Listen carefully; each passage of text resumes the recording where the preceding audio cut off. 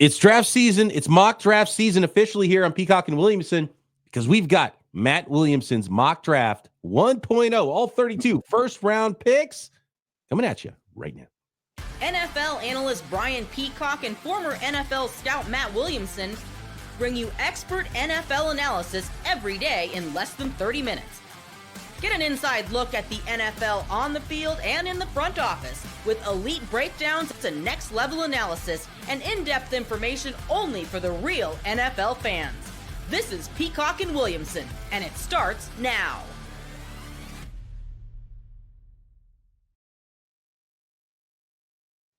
Welcome to the Peacock and Williamson NFL Show. Brian Peacock alongside Matt Williamson at BD Peacock at Williamson NFL. Thanks, everybody, for making this your first listen on the Locked On Podcast Network. Your team every day. Love our everydayers. Let us know if you're an everydayer. Hit that thumbs up. Let us know you stopped by. Yeah. If you're new to the show and you like it, hit that thumbs up. Let us know you stopped by. And also, please subscribe. It helps us out tremendously. And you can subscribe on YouTube if you're listening there and watching there or wherever you listen to your podcast and hang out with us every day as we break down the league. And it's draft season. I love draft season. I love draft season as much as I love the regular season at times. And we've got Williamson's mock draft 1.0 we're going to get to here momentarily. Today's episode of Peacock and Williamson is brought to you by FanDuel. Right now, new customers at FanDuel can get $150 in bonus bets. And all you got to do is win your first $5 bet. Just go to FanDuel.com to get started. All right, here we go. Tennessee Titans on the clock at number 1 in Matt Williamson's first mock draft in the 2025 draft season. Is there anything you want to preface this mock draft by for this class before we get into it? Are there any trades here for you in mock draft 1.0? Usually there's not trades to start. Because, look, can I say one thing about mock drafts? Yeah, please. People get a little weird about mock drafts. What are mock drafts? Where did they even come from? They came from teams, right? A mock draft is where you sit around and you do a mock of what a draft is, so you're more prepared for scenarios. If A happens, then what for B? And then if B happens, then what for C? And I think a lot of people get weird with mock drafts where like, this has to happen. This is the exact thing. It's like, no, this is where we go, okay, you're the Tennessee Titans.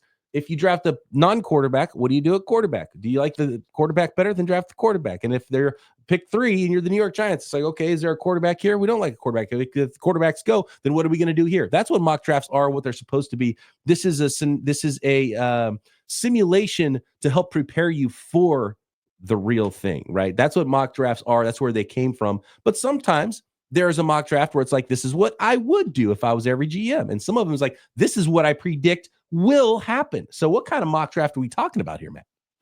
So this one's very generic. No trades were allowed. This is going to appear on Steelers.com, but really has nothing to do with the Steelers. This is going to be on their website because they like to, because people click on it, frankly. I mean, mock drafts sell. That's another thing. Yeah. But I do think, so let me use this example. I host The Drive, which you can also find on Steelers.com. And we do 6 segments a day. It's a 2-hour show, 5 days a week. And our first segment of the second hour, pretty much since the Super Bowls ended, most days we do a mock from the Steelers' perspective only. But we started by, okay, we're going to pretend the Steelers traded for Deebo Samuel and signed Russell Wilson. And that's all they did. And okay, now it's mock time. Okay. And it's fun. I mean, it gets a little redundant, but the listeners love it. It does sell. But to your point, we learn something different every time. Like, man, we should have taken the nose in the second round. I thought there'd be one in the 4th. You know, I mean, just it's a choose your own adventure book, and you choose a new adventure every time. And it's you don't take the same players over and over and over. Maybe you trade out in the 3rd round or whatever. Yeah. And I think it's a good learning tool. Right, exactly. It's like if you do this, oh man, your team ends up a lot better if you take this approach to the NFL draft, and that's usually what the process should be when you're doing mock drafts. As we do, that's for one team, and I think that's the value of it. If you're one team, you're trying to figure out. Yeah. If you're doing it for the whole league, it's kind of a little bit different. And looking at the top of your mock draft, we'll get started with the Tennessee Titans here at pick number 1. I see it the exact same way today for the top 3 picks, and then I have no idea. But the top, I know it gets crazy after that. And I started working on a mock draft as well. And you got yours done first. I see the top 3 picks identically to how you see the top 3 picks right now. And I'll tell you the reason why, because I think there's only 2 quarterbacks that are, I think, legit first round potential quarterbacks. And every team might see those guys different. Some teams might have Shedeur Sanders one. Some teams might have Cam Ward one. Some teams might have just Cam Ward as a first round grade and not Shedeur Sanders.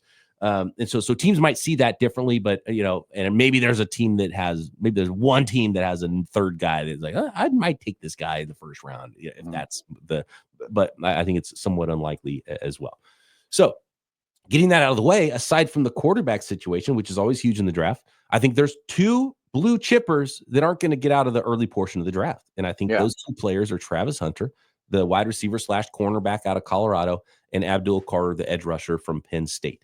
And so, in my opinion, in some order, the top 3 picks in the draft are going to be those 2 blue chippers and whatever the third team likes is the best quarterback.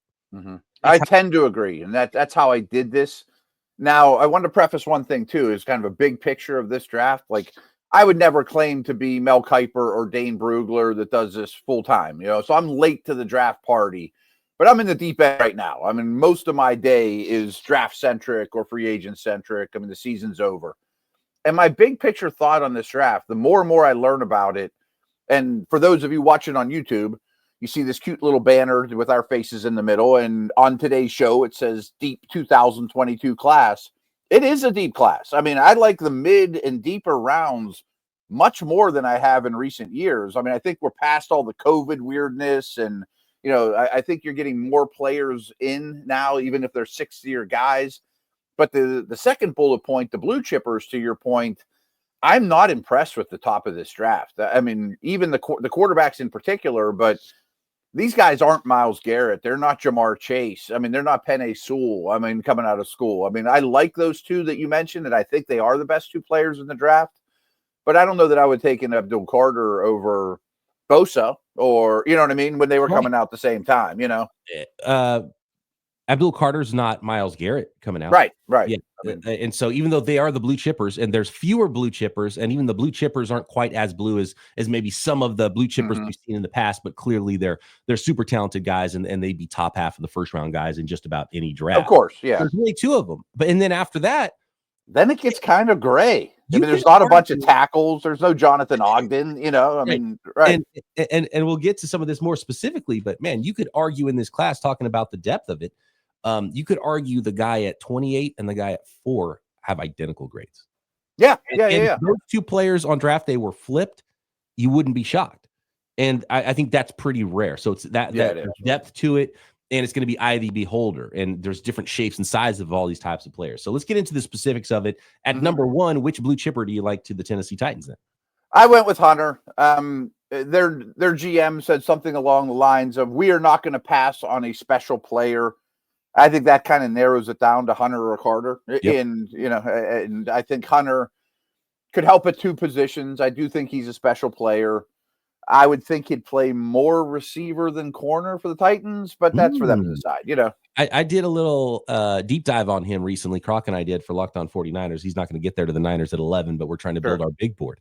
And he's at the top of our big board. And I think corner alone, maybe he wouldn't be the first pick in the draft. Wide receiver alone, maybe he wouldn't be the first pick in the draft. The team that drafts him at number 1, if you're the Titans, you're playing him at both, because I think you need to count both. The question is which side. I tend to think more corner than wide receiver. And me too. I think it's easier to be a full-time corner and a part-time receiver than the other way around. But I wouldn't be shocked if he says, money's better at wide receiver right now. I want to be wide receiver and then moonlight at corner. And if you're it's more difficult. There's more to learn to be a full-time offensive player and be a wide receiver. And so for that reason, maybe it would be easier to be like, okay, I'm going to go fully into the offense and the playbook on the offensive side of the ball, because on defense, tell me what I'm doing. Man zone, am I off cover? Yeah. Do I have a deep third, cover 3? It's a lot easier just to be like, okay, you need to do this, go. But at wide receiver, you can't be like, oh, go. It'd be a little bit harder unless they're like, okay, line up out there and run a post. So for that reason, I could see why it would go the other way. But for some reason in NFL history, it's almost always the defensive player plays a little bit of offense, and it's almost never the offensive player plays a little bit of defense. It's a great point. I mean, he might want to catch 80 balls and 10 touchdowns, and at some point we should probably do a deep dive on him as well, because anyone's been to an NFL practice, the corners are working at the same time as the receivers. Like this could be a failed experiment and he's one or the other. And you go, I wish I would have taken Tet McMillan, or you know what I mean? Maybe I should have taken the best corner or receiver in the draft. Could you argue that Will Johnson's a better pure corner? Right. If you're just talking corner. And I don't know if that's necessarily the case, but there's some superstar potential here. He's ridiculously talented. His ball skills are awesome, which is why he's such a good wide receiver too. And he's got long arms, and and I think the team that drafts him is telling you they're going to try to use him both ways because that's the biggest value there. That's why you would draft him number one. Yeah. Next, we're going to get to the rest of this, and I promise we're going faster. We'll buzz through it. Yeah. We got pick 2, 3. We'll talk about the quarterbacks. We're going to talk about the depth of this class and finish up the first round of Matt Williamson's mock draft 1.0 for 2025.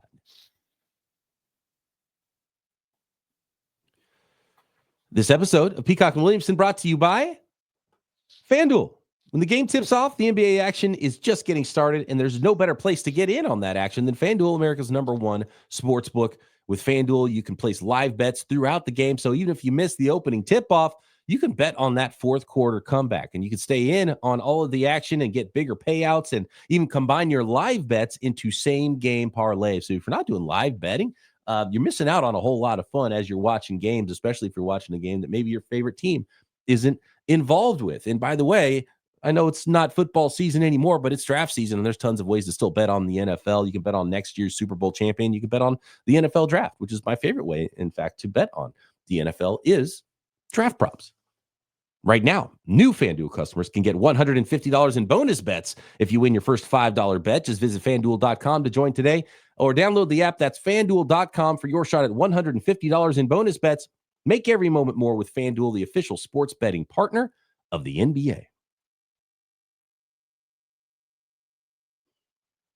All right, so the other blue chipper then goes number 2. So no quarterback 1 or 2. You've got Abdul Carter, Penn State edge rusher, going to the Cleveland Browns. And I like this fit, too, because of a potential Myles Garrett trade as well, and having the opportunity to add potentially a blue chip edge rusher back along with the picks that you get for a Myles Garrett trade. Yeah, my thoughts are I think Garrett does get traded. Maybe some other defections like their offensive linemen. And, I think it's going to be a bottom out type of year for the Browns. But fortunately for them, they have the most draft capital of any team in the league. And they've had very few premium picks over the last 3 years. It's time to just start building the infrastructure, build the nest for next year's quarterback. Right. And if, maybe Denzel Ward gets traded too. And, you're like, well, Travis Hunter makes just as much sense. So if I said to you, Titans are taking Abdul Carter, you just say, okay, well, Travis Hunter too. Right? Yes, I would have done the same. Yeah. Okay. So the blue chippers are gone. The true blue chippers in this draft potentially are gone. A lot of times what I do when I do mock drafts and I'm looking at this, I almost use quarterbacks as tier breaks. Right. And that's kind of how I see this, because the New York Giants sit there at 3 and they're like, okay, if Cam Ward goes 1, then I take whichever's left over of Abdul Carter or Travis Hunter. And if Cam Ward and Shedeur Sanders go, then I pick which one I like of Travis Hunter or Abdul Carter. Right. Or if Abdul Carter and Travis Hunter go, then that's when there's a tier break. And I got to take the quarterback and the upside and what Cam Ward could be over, whoever's next in the next tier of prospects on my board, because the blue chippers are gone. And I haven't taken Ward. And I think that in this case, there's pressure from ownership to get your quarterback. That maybe if anyone goes from up to 1 to take a quarterback, maybe the Giants go 3 to 1 and Titans go, oh, good, I'll get Carter or Hunter. I won't rake you over the coals to go 3 to 1. But I do think there's pressure from ownership to get the quarterback. Ward is clearly my number 1. And I think as this process works out, that'll become clear to all. And I'm not saying he's Andrew Luck coming out of Stanford, but I think he's a much better prospect than Sanders. I mean, everybody you talk to, all the insiders, everyone that's plugged in, there's a few people here and there that have Sanders higher, but it's pretty much overwhelming consensus now that Ward is 1. Yeah. Sanders is going to be a first rounder, but he's clearly 2 in this. And then QB3, I'm not sure. Again, though, it's another deep class. Like the entire class and the quarterbacks are very similar, right? With very, very few blue chippers, but pretty deep. Like you could find a really solid, probably backup that, who knows, maybe becomes a starter for you in the 4th round in this draft. Like it's a very strong backup quarterback class. I've said that a million times. I kind of want the Steelers to re-sign Russell Wilson and draft one in the 3rd round and see what happens. Because I like the 3 through 8 quarterbacks in this draft. And again, it's a good, like you said, it sort of shows what this whole class is like. You know, I mean, I think that's where you want to fish. So this is where, for me, it starts to get more difficult when you get to pick 4 and the New England. I went out on a limb here, yeah. And for the Patriots, this is probably the worst case scenario because you want to get a blue chipper and you don't need a quarterback. And so you're hoping Hunter or Carter falls, and if you're a Patriots fan, you're rooting for 2 quarterbacks to go in the top 3. And it does not here. And so who is the 4th pick at New England here for the Patriots?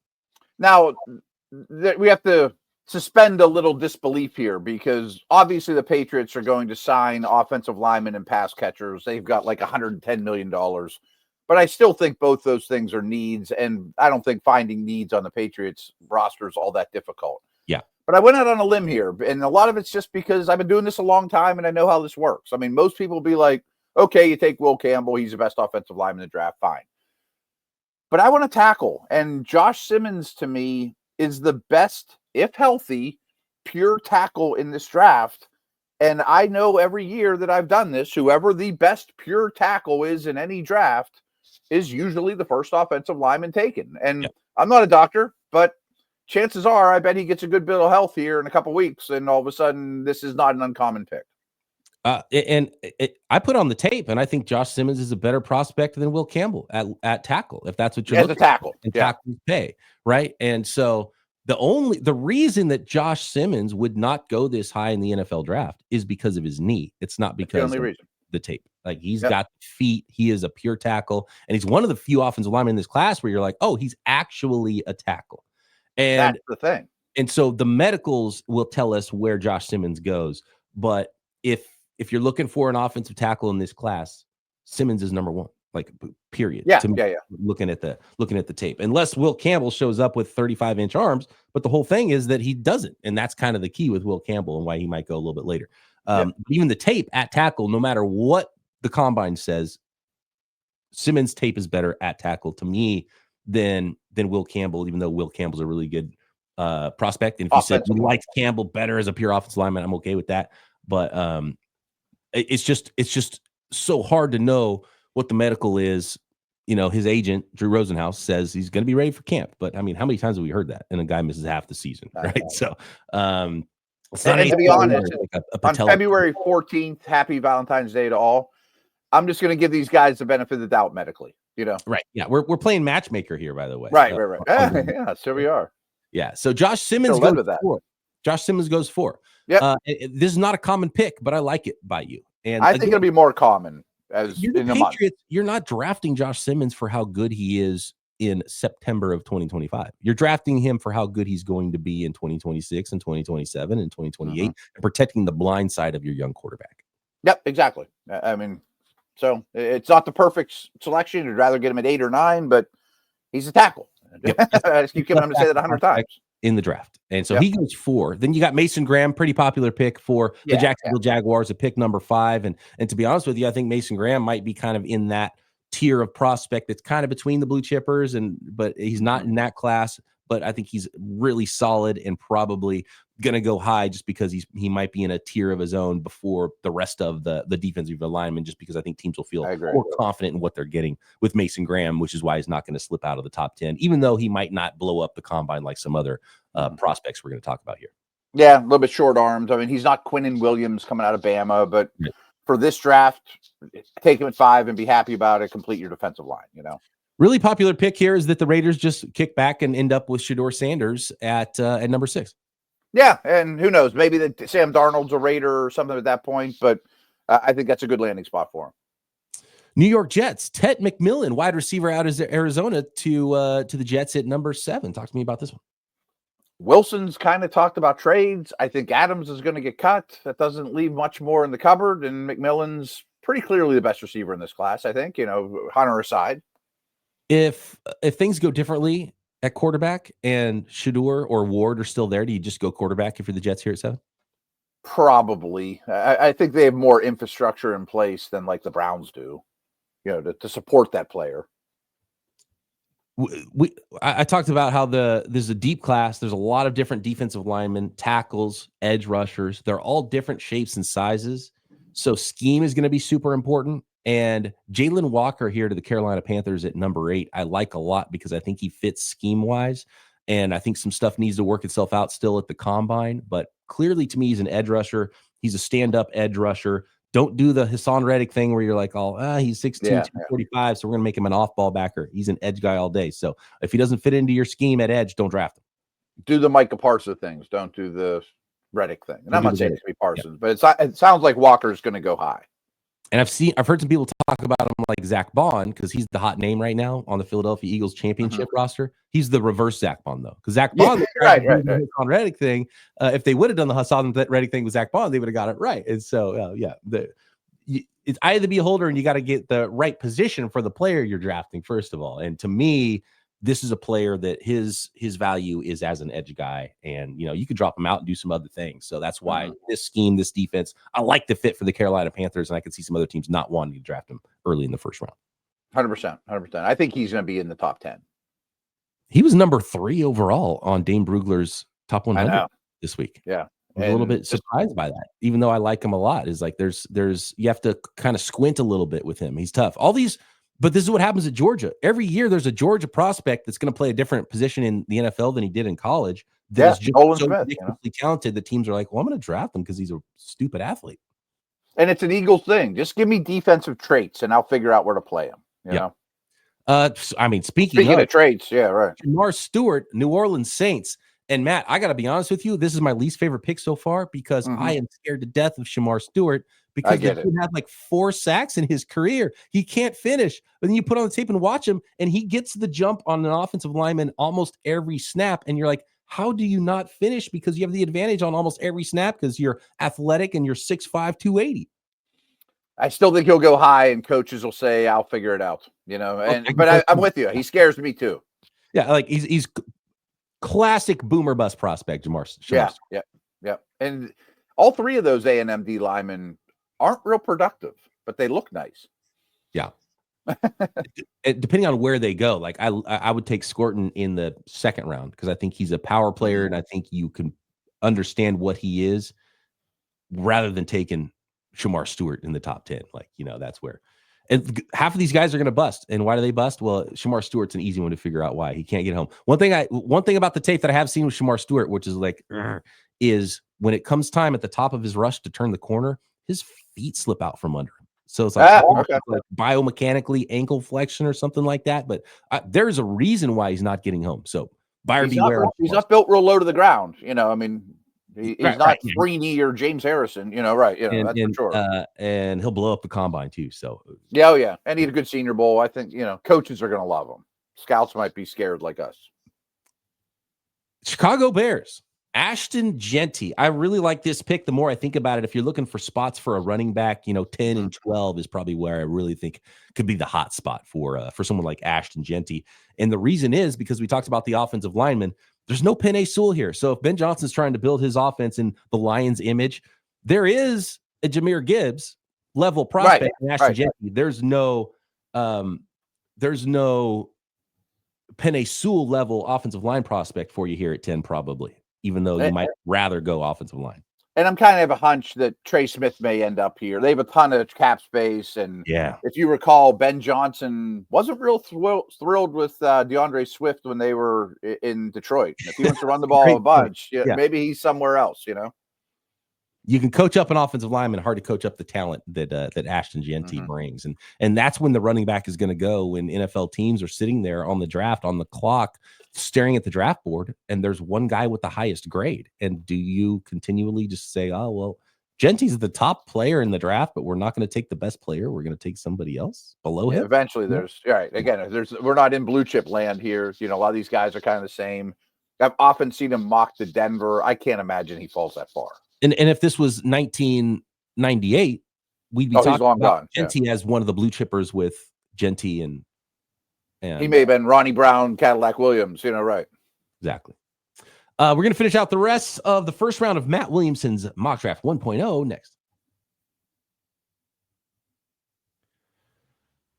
This episode of Peacock and Williamson brought to you by Prize Picks. Football season may be over, but basketball season is in full swing, and there's no better way to stay in the game than with Prize Picks, the best place for daily fantasy sports. Prize Picks is awesome for seasoned DFS players, or if you're new, it's super easy. With Prize Picks, all you do is you pick more or less on at least 2 player stat projections, and if you're right, you can win up to 1,000 times your cash. The more you get right, the more you win. For example, this week, you might be looking at Jason Tatum, more than 29 points. And Prize Picks sets the stat, and you say, I think this player is going to go more than or less than on that stat projection. So you're not playing against other people. You're just playing against the stat projections at Prize Picks. Winnings paid out in as little as 15 minutes, and weekly promos like Taco Tuesday, you get discounted player projections. So download the app today. Use code LOCKEDONNFL to get $50 instantly after you play your first $5 lineup. That's code LOCKEDONNFL for $50 instantly after you play your first $5 lineup at Prize Picks. Run your game.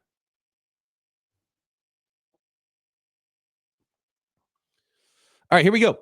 Let's get to the pick 11 through 32 in your mock draft. It comes to my San Francisco 49ers here at pick 11, and you got Will Campbell, who's the best offensive lineman left on the board. I love Will Campbell for the 49ers here, Matt, in a short term, because I think they're going to let Aaron Banks walk. They have a hole at left guard. Yeah. I think it could be an all-pro type of left guard. The question for me with the pick at 11, if you're drafting an offensive lineman, you have to tell me that you believe Will Campbell can kick out to left tackle when Trent Williams retires. And I will believe you if you say he can, but I'd need to see at least 33-inch arm length at the combine, and then I'm okay. And I think the 49ers, as far as offensive line arm length, they're not that team where it's like, if he doesn't have 35-inch arms, I'm not drafting him at offensive tackle. The 49ers are a little softer on that stance, so I could absolutely see this pick. Real quick, going back a pick to the Bears, 10, 11, 12, 13, Bears, Niners, Cowboys, Dolphins. I'm expecting O lineman to fall off the board there. I think that's going to be the O line area of the draft here, where they just start falling, even if they're not prototypical tackles. At this point, I just couldn't see Campbell falling any further. And I see your point, and I'm not going to assure you that he can be a left tackle, but I think the Niners are in win now mode, and he helps them win now. Yep. But I do like the tape better than the next guy. Kelvin Banks might be more easily projected to offensive tackle. You got, and by the way, you nailed it. This is the tackle run, which happens almost every year, right? Because teams are like, God, if we don't draft a tackle in the first round at pick 12 in round 2, there are no more tackles, and so that's why you see these runs on offensive line, and it's a class that I think you're going to see that again in the middle of the first round. And so you got Will Campbell going to the Niners at 11. You got Kelvin Banks out of Texas staying in his home state going to the Dallas Cowboys at 12. You got Armand Membo, offensive tackle at Missouri, going to the Miami Dolphins. So 3 offensive linemen in a row, 11, 12, and 13. And my thoughts with all of them are, even if none of those guys ends up being Jonathan Ogden left tackle, there's spots on those O lines where they would help. I don't know if Zach Martin's going to be back. The Dolphins line has all kinds of holes in it, Tyler Warren going pick 14 to the Indianapolis Colts. Does Tyler Warren, compared to the guy who went in the same range last year, end up being a superstar tight end right away for the Las Vegas Raiders? Could Tyler Warren be that? Is he that level of tight end prospect for you? Top half of the first round? I'd say close. I mean, I think he's a really good all-around football player, a little stylistically different. Colts could go defense, but I don't think he's going to fall much further than this neighborhood. A lot of teams could like him. Atlanta Falcons 15. They've been looking for pass rushers for my entire life, it feels like. Almost comical, yeah. Yeah. Mike Green, edge rusher out of Marshall, going to them at 15. And again, this just shows the depth of the class, how different some of these players are. Mike Green, Jalen Walker, you could swap them. I wouldn't be shocked if Green went 8 and Walker went 15, right? Yeah, or Shamar Stewart was in there as well, because depends on if you run a 4-3 or 3-4, and do you believe that Mike Green can put his hand in the dirt? And I think he probably can. He's a violent player, so I think Mike Green might be a little bit better in a lot of schemes than maybe Jalen Walker could be. But I like this kind of just like best pass rusher to the Falcons at 15. That was my thought. Yeah. And then this next one, I'm sure people are like, Will Johnson should be gone by now, but several people have said he might not run great. So maybe he runs a 4.5 flat, and all of a sudden he's looking at the 16th pick, not the 6th. Yep. And so combine is going to be big for a lot of these guys. Jalen Walker, does he show up at 6'1", 235? Well, he's not going to be an edge rusher in the NFL or drafted high to do that. Will Johnson, if you're a cornerback and you show up and you run 4.5s, you're probably not going to go in the first half of the first round. But if he shows up, and I mean, it seems insane that 0.05 of a 40-yard dash could changing your entire life. But for Will Johnson, if he runs 4.45, teams might see him as the best cornerback in the draft. He runs 4.55, and maybe he's still on the board in the 20s. Right. Go a line instead or whatever, Malachi Starks, he's kind of in that same zone as Tyler Warren to me because, non-premier positions, but premier players. So who's going to value those positions enough for these players to go high? And clearly the Cincinnati Bengals have had some trouble, replacing past safeties and working on the defensive side of the ball. So 17 Bengals, Malachi Starks, safety out of Georgia, just best defensive player sitting in the card. It kind of reminds me of Kyle Hamilton coming out of Notre Dame. You knew he was really good and he wasn't going to bust, but how high can he go, A hot name right now is a guy who's not going to play tackle. He's a guard all day long, but he might be one of the best. And so this is where things get hairy, because if you're looking at Will Campbell and you're like, he's not a tackle, he's a guard. It's like, well, you can get Tyler Booker later. Why draft Will Campbell now? Kelvin Banks. We like him better at guard. Well, Tyler Booker might be the best guard, so just draft Tyler Booker if you're going to draft the guard anyway, right? And for some reason, Tyler Booker and the Seattle Seahawks at 18, I feel like Booker is a Seahawks guy, whether it's the current regime or whether it was like 10 years ago. It just feels like a fit. Yeah, and I think he'd be a Ravens-style masher. That's a Ravens staff, more or less. Interior line was pretty bad for Seattle. Talk to me about the first pure off-ball linebacker, Jihad Campbell, here to the Bucs at 19. Yeah, maybe it's a little early, but I thought that was clearly their biggest weakness, and I think it's a perfect spot to kind of be with Levante David for a year, kind of what they wanted out of Devin White. Back half of round one here, pick 20, you got Colston Loveland going to the Denver Broncos. Your Steelers at pick 21, Walter Nolan, defensive tackle out of Mississippi. Los Angeles Chargers, love this pick for them and the fit if one of these wide receivers falls to them at 22. Fantastic pick of Luther Burden going to the Los Angeles Chargers. And then you got Green Bay Packers going Michael Williams at pick number 23. Yeah, I don't have a ton to add. I know we have a lot of Steeler listeners. I think that they will draft defensive tackle very high in a really good D tackle draft and maybe address corner and receiver in free agency or trade. I will say the defensive tackle class is super deep, and I could see the argument where the Steelers say, gosh, there's going to be a really good tackle for us in round 2, but might not be a blank for us in round 2. Maybe Luther Burden who goes to pick behind him, right? Or a corner, or an offensive lineman, or a edge rusher, whatever it is. And by the way, I love Mike Green for the Steelers. I don't know if he's going to get to pick 21. They don't have that much of a pressing need, but I just feel like the Steelers are the type of team where they're like, oh, look, this perfect Steelery pass rusher just fell to us, and we're going to draft him, and he's going to get 15 sacks in a couple of years. Yeah, for the next 8 years, right? I can't imagine them going edge, but I bet they love Green. Real quick for you, Kenneth Grant versus Walter Nolan as that second defensive tackle. Yeah, anyone that listens to my Steelers show, we go back and forth on this 1,000 times. I think Grant is more nosy in their 3-4, although 3-4, 4-3 doesn't matter as much anymore.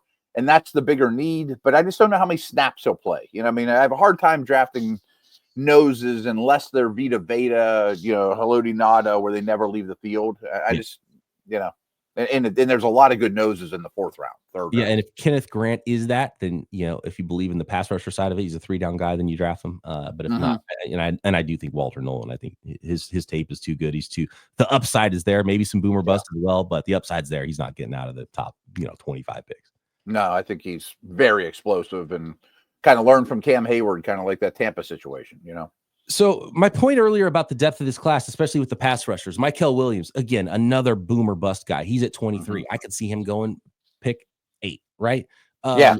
You have Siobhan Ravel, who's an interesting one, coming off an injury at cornerback. I think you have him to the Minnesota Vikings at 24. You have Benjamin Morrison, corner out of Notre Dame, to the Los Angeles Rams at 26. And I think those are like kind of the top corners. And after those guys are gone, you're kind of, it's just it's a tier break with talent at cornerback. So I think you might see that rush to get those corners at the end of round 1. So I'm totally on board with those picks there. You got Josh Connerly, tackle out of Oregon, going in between at 25 to the Houston Texans. Donovan Jackson, another offensive lineman, Ohio State, probably guard, going to the Baltimore Ravens at 27.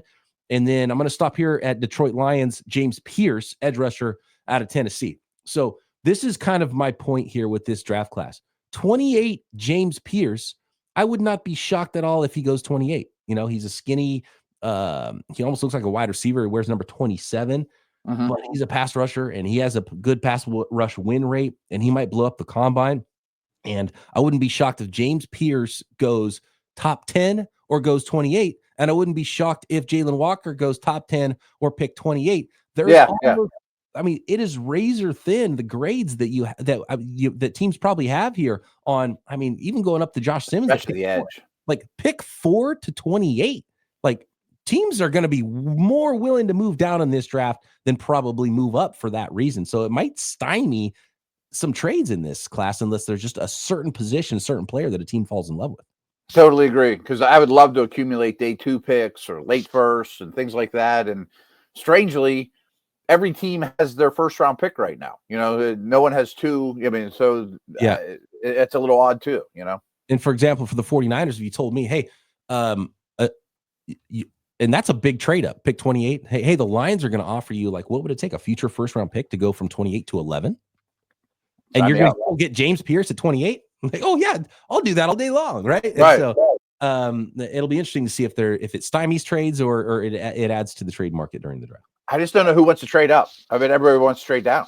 Yeah, and especially if you think you can get that level of player at 28. So deep class, there might be a lot of first round grades, but not the blue chippers to trade up for. Agreed. End of the first round here, you've got Mega Ibuka, the wide receiver out of Ohio State, going to the Washington Commanders at 29. Love the fit there. Nick Imanwari, who is a monster of a safety to the Buffalo Bills. That's their biggest need. A really interesting player. I could see teams falling in love with him, and all of a sudden he just skyrockets up the board at the combine with his height. I think he's going to have a big week in Indy. Yeah. Gray Zabel seems to be like that classic small school guy. Went to the Senior Bowl, was awesome, and gets himself into the first round instead of being a second round guy. Gray Zabel, whether it's guard, center, for whatever team it is, got him going to the Kansas City Chiefs at 31, who clearly we saw in the Super Bowl need some help on the offensive line. And then Derek Harmon, defensive tackle out of Oregon, going to the Philadelphia Eagles, continuing to bolster the defensive line. Might lose Milton Williams, right? That's the plan. I mean, anyone that watched the Super Bowl probably wouldn't be shocked if the Chiefs go O-line and the Eagles go back to the well and go D-line, you know? There you go. That is Matt Williamson's mock draft 1.0. Let us know what you think. What picks did he get right? What picks did he get wrong? Hit us up on Twitter at BD Peacock, at Williamson NFL. Drop a comment on YouTube. Matt and I back next time right here. Peacock and Williamson.